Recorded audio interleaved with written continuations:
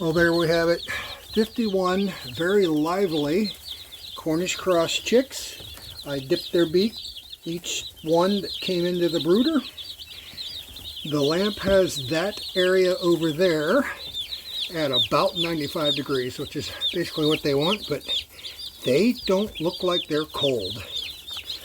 Now, I was told not to feed them for 4 hours, but they look like they're looking for food, but they are definitely getting into the water. The meat chicken adventure has begun.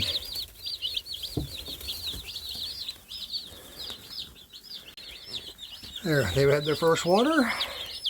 Now they're getting their first food. I'm using Blue Seal Feeds Organic Broiler Starter Crumble. I think it's crumble. Okay, we're going to button these guys up and go get some breakfast myself. Look at that one burying his head in there. It's all there, dude. Just help yourself. Okay, there we go.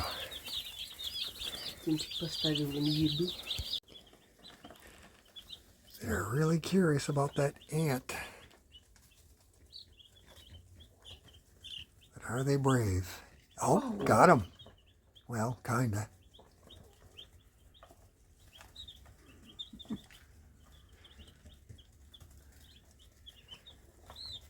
So it's a little better than 24 hours after they've been introduced to their temporary home here.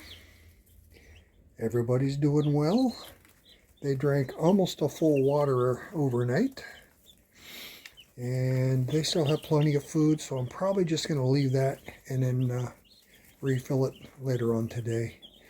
We're going to do a couple of chores around the homestead here.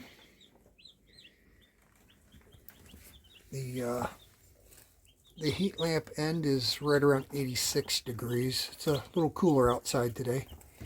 But they seem to be doing all right. Again, they're not huddling under the heat lamp. They're just moving around, having some food. It's like everybody wakes up and runs over to this end and gets some water and chases the ant. And yeah, just like that. Just like that.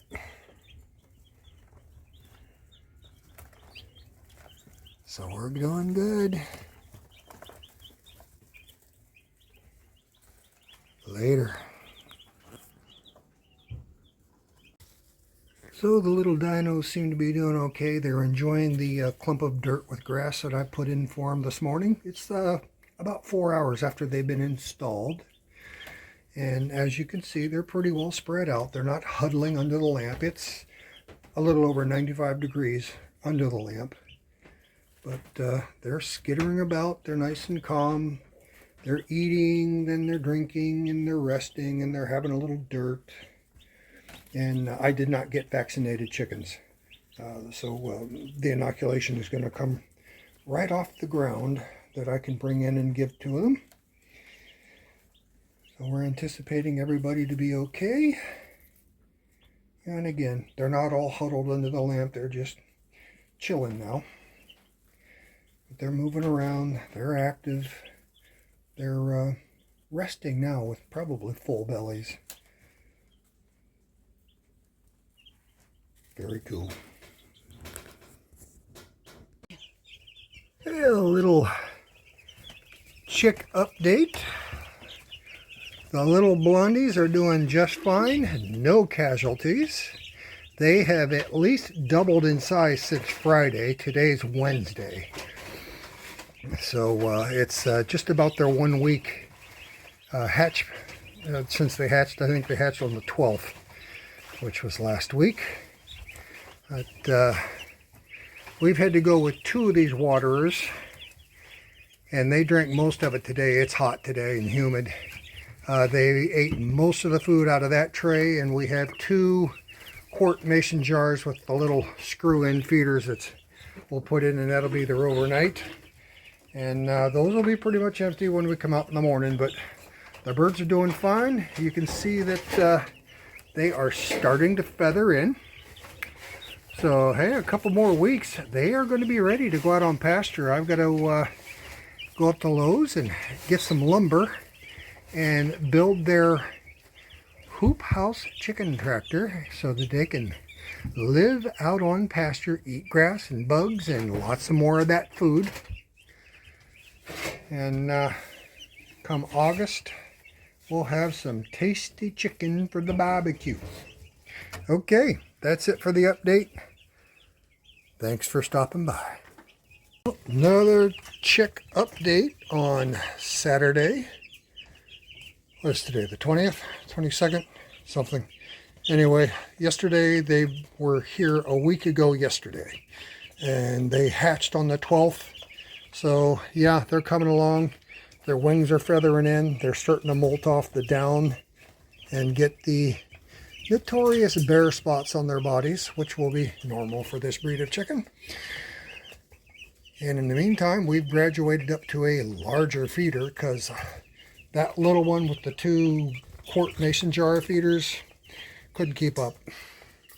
They're consuming the better part of 2 gallons or more of water in a 24-hour period now. I'm filling, well, I filled one of them up just a few minutes ago. The other one they hadn't drank very much. But typically I fill both of them up. They, maybe a third of a gallon left in the morning.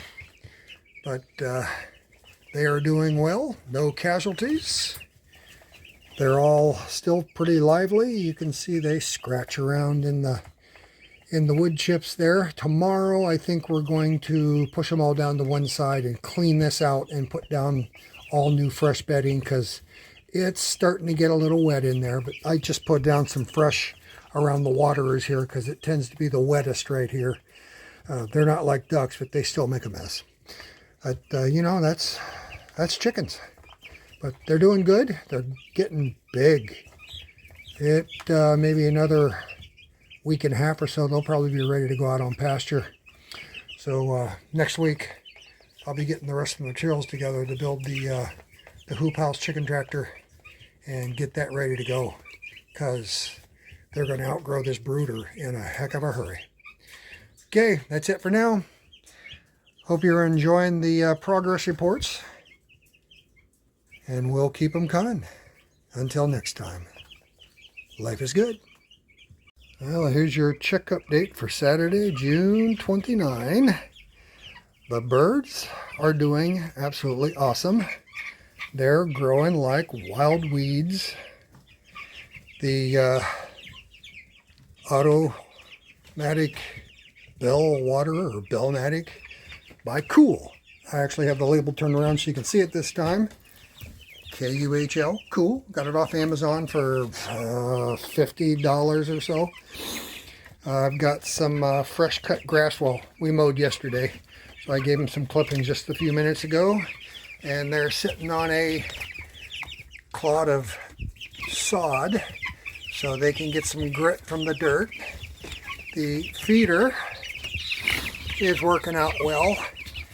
The grower or starter mash clumps up too much and it doesn't like to drop down on the gravity feeder, but the crumbles that we picked up the other day are doing well. So now we don't have to stress too much about keeping the birds fed and watered. They've got enough for a couple of days in there right now, but we check them twice a day and probably usually just feed them in the mornings. The water is working out good. We've got a 5-gallon bucket up here and didn't even need a fitting. Just drilled a hole slightly smaller than the hose and worked it in. And it's draped out over the edge here.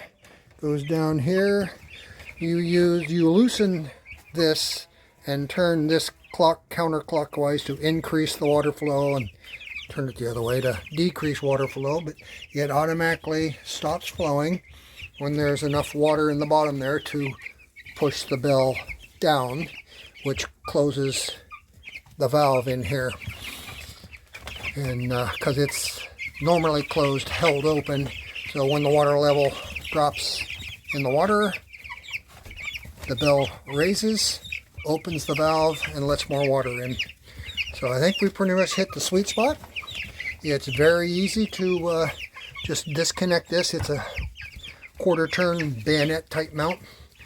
So I can disconnect that, take the water outside, clean the gunk out of it, pull the bucket down because the hose is like 6 or 7 feet long, and we can dump fresh water in there, and everything sets up just fine. But the birds are doing good. I am going to get the lumber to build the hoop house next week. I'm going to try to get there before the 4th, for all the holiday and weekend warriors, clean everything out. And we're going to get that cattle panel hoop house chicken tractor put together, because these guys are ready to go out, or they will be next week sometime. They're, I don't know, 45 to 50% feathered out. Their down is falling off. They're getting that normal bare spots on them that'll never cover up. But we haven't had the heat lamp on for, I don't know, a week, and we've had temperatures down in the 60s here the last couple of nights, and they're doing just fine. And they are liking the dirt and the grass. Okay, that's it. Hope you enjoyed. Coming in August, chicken dinner. Winner, winner.